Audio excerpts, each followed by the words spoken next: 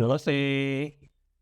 आप सभी से अनुरोध है कृपया हमारे चैनल को सब्सक्राइब करें, सब्सक्राइब बटन दबाएँ और बेल आइकॉन भी अवश्य दबाएँ।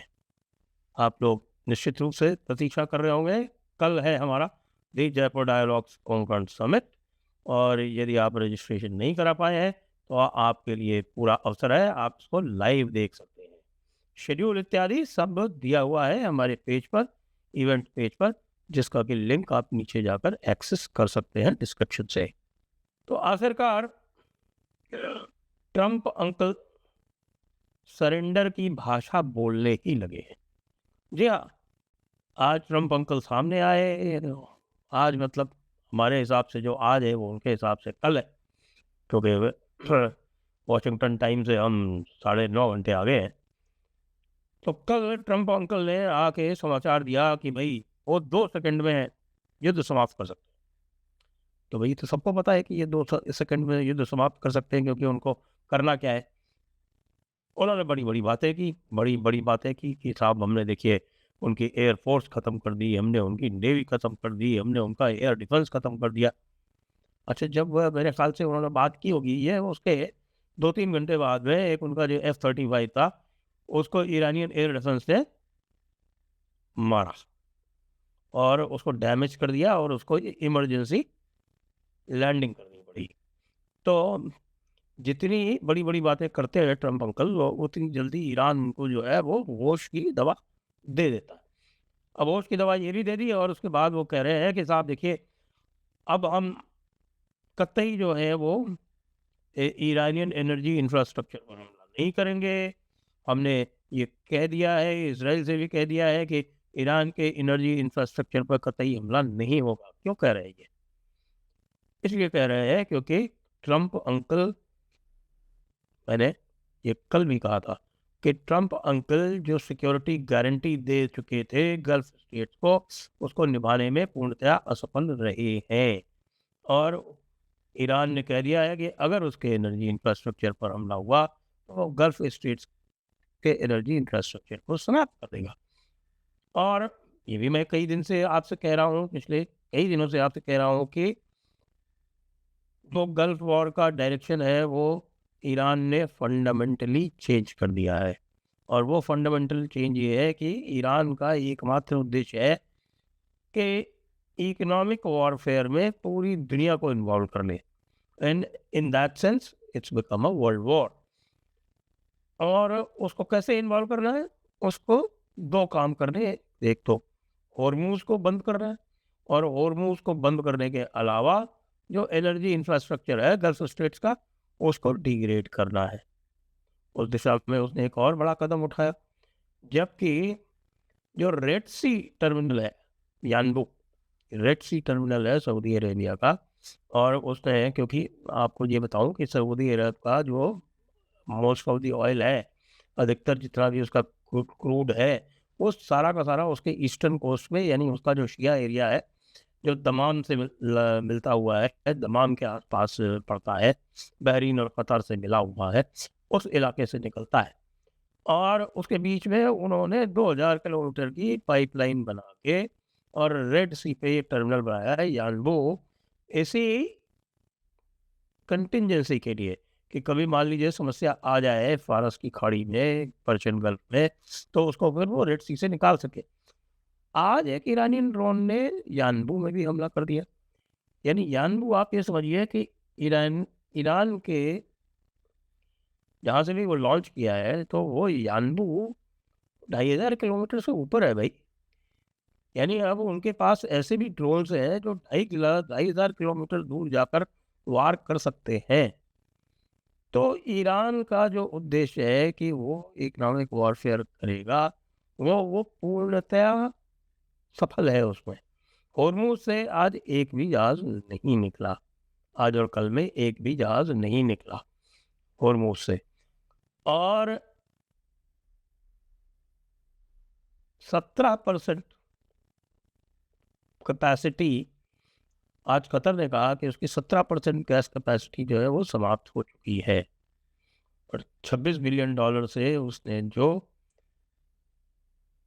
गैस टर्मिनल बनाया था, उसमें $20 बिलियन का डैमेज हो गया। और इन सब फैसिलिटीज़ को दोबारा रीबिल्ड करने में 3 से 4 साल का समय लगेगा। तो अब ऑयल जो है वो $115 तक पहुँच चुका है। उद्देश्य ईरान का सीधा और सिंपल है, बहुत सिंपल है, और वो ये है कि इसको हम $200 के पार ले जाएँ। और जो इम्पैक्ट है इसका, जो इकोनॉमिक इम्पैक्ट है, वो पहले ही यूनाइटेड स्टेट्स में दिखना आरंभ हो गया है। क्योंकि वहाँ लगभग आप ये समझिए कि 30-40% जो गैस के दाम हैं, जो उनकी गैसोलीन है, पेट्रोल को वहाँ गैसोलीन बोलते हैं, उसके दाम बढ़ चुके हैं 30 से 40%। और वहाँ का जो एक फिकल माइंडेड पैम्पर्ड वहाँ की जो पब्लिक है, वो बहुत ज़्यादा सहन नहीं कर सकती। मिड टर्म तो ट्रंप निश्चित रूप से हार गए, ये पक्की बात है, और मिड टर्म यदि हारेंगे तो उसके बाद इम्पीचमेंट भी पक्का है। और वो इम्पीचमेंट किस बात पर होगा? वो इम्पीचमेंट होगा इसी ईरान वॉर के ऊपर, क्योंकि उन्होंने बिना कांग्रेचुअल ऑथराइजेशन के वॉर आरंभ कर दिया, जो कि अवैध है यूएस कॉन्स्टिट्यूशन के मुताबिक। साथ ही आज उन्होंने $200 बिलियन के फंड डिमांड किए। कांग्रेस के ये चाहे कि $200 बिलियन के फंड तुमने हमसे पूछ के वॉर स्टार्ट किया था क्या? क्यों चाहिए तुमको 200 बिलियन डॉलर? बदतमीज तो है ही वो। आज जापान के प्राइम मिनिस्टर के सामने कह रहा था कि oh surprise is great, just the way Japan surprise us in Pearl Harbor. Yes, Japan did surprise you in Pearl Harbor, and then what happened to Japan after that? Are you copying Japan? क्या आप Japan का अनुसरण कर रहे हैं? तो Japan की नकल कर रहे हैं?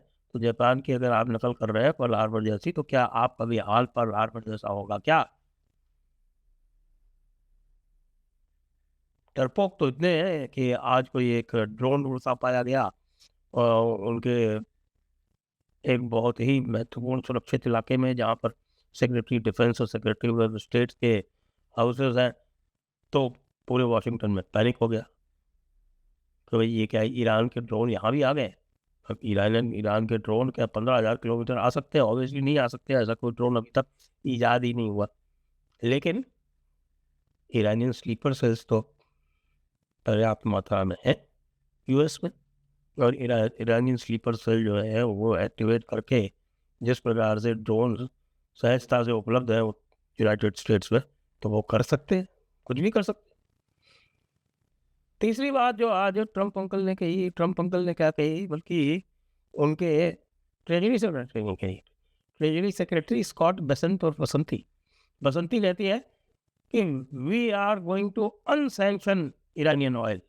देख लो भाई, अब जो लोग कह रहे हैं कि नहीं नहीं आप पास कर रहे हैं और कोई सरेंडर वरेंडर नहीं किया है, तो ये जो है ये क्या है कि हम 400 मिलियन बैरल ईरान का जो ऑयल है उसको हम अनसैंक्शन कर रहे हैं, ईरान उसको जैसे चाहे उसको बेच सकता है। ईरान तो युआन में बेच रहा है और बाकी सबको भी कह रहा है कि वो हॉर्मुज़ से केवल उसी शिप को अलाउ करेगा जिसका पेमेंट युआन में हुआ होगा। यानी चाइना जो है वो पूरी तरह से ईरान का फ़ायदा उठा रहा है। तो भाई इस युद्ध में जीत किसकी हो रही है? यूनाइटेड स्टेट्स की हो रही है या चाइना की हो रही है? यहाँ तो चाइना और रशिया अपने पूरे कार्ड्स खेल रहे हैं, मज़े से बैठे हुए हैं दूर से। रशिया जम के अपना तेल बेच रहा है, मुनाफा कमा रहा है, $125 अब अपना जो उसका ऑयल है, जो लाइट और लाइट से मीडियम वैरायटी वाला जो ऑयल है उसको प्रीमियम के $125 में उसको बेच रहा है, मुनाफा कमा रहा है जम के। और जिसको कहते हैं ना, laughing all the way to the bank, they are laughing all the way to the bank. पर चाइना जो है वो डॉलर को कमज़ोर कर रहा है, कह रहा है कि भाई डॉलर में जो कोई भी किसी भी तरह का सौदा होगा उसको अलाउ नहीं किया जाएगा हॉर्मुज़ से। ईरान ने क्या किया है? ईरान ने तो भैया सारा कुछ छोड़ के वो जो 33 किलोमीटर का जो एरिया है उसके ऊपर पूरी तरह से कब्जा कर लिया। अब ईरान की सहमति के बिना कोई भी वहाँ से निकल नहीं सकता। निकल कौन रहा है? भारत के जहाज़ निकल रहे हैं, भारत के जहाज़ निकल रहे हैं। चाइना के तो क्या निकलेंगे? चाइना तो कारग आइलैंड से निकलता था उसका सारा का सारा तेल, और वो कारग आइलैंड से जो तेल है वो इस समय निकल नहीं पा रहा है। तो अब टेम्परेरी कुछ इंतजाम करेगा ईरान तो करेगा, वरना गल्फ से चाइना की तो पूरी की पूरी आवक जो है वैसे ही बंद है। चाइना ने ईरान के माध्यम से दूसरों की आवक बंद करा दी, लोकल लो बात। इसमें भारत के लिए भी एक बहुत बड़ा संदेश है, और वो ये है कि भाई साहब, चाहे ईरान से सीखो, ईरान से बहुत बड़ी सीख ले सकते हो। तुम्हारे अंडमान आइलैंड के आसपास तुम्हारे पास इतनी लिवरेज है कि तुम वहाँ से निकलने वाले 30% तेल को पूरी तरह से कंट्रोल कर सकते हो यदि चाहो तो। उसके लिए अधिक आवश्यक ये है कि आप अपने दिमाग से चुस्त दुरुस्त रहें, या आप जो है वो तरह तरह के जो उल्टे पुल्टे नैरेटिव में फंस जाते हैं, उसमें नहीं फंस के जो सही बात है, जो देश के हित में है, लीवरेज मेंटेन करना वहाँ पे, उसमें पूरा इन्वेस्टमेंट करें। और उसमें जो भी बाधा आए, जैसे कांग्रेस पार्टी ने वहाँ ग्रेट निकोबार में जो हम अपना ट्रांसशिपमेंट टर्मिनल बनाने वाले हैं उसमें जो बाधा उत्पन्न की, और जो वहाँ पर और मल्टी मॉडल एयर बेस और नेवल बेस बनने वाला है उसमें बाधा उत्पन्न की, ऐसे लोगों को आपको बड़ी सख्ती से निपटना पड़ेगा, चाहे अलग से कानून ही क्यों ना लाना पड़े। और अलग से कानून लाना आपके लिए संभव है, पोटा जैसा कानून भी आना चाहिए। वैसे पोटा के साथ जितने भी एलिमेंट्स हैं अब वो यूएपीए में लगभग सम्मिलित हो गए हैं, लेकिन उसके अतिरिक्त ये देशद्रोह का जो कानून है, या जो हमारे देश की सुरक्षा से संबंधित जो प्रोजेक्ट है उसमें जो इंटरफियरेंस का जो एक अवसर छोड़ रखा है, एनवायरमेंटल हो चाहे चाहे किसी भी प्रकार का जुडिशियल इंटरफेरेंस हो, उसको ओवरराइड करने के लिए भी कानून आना चाहिए।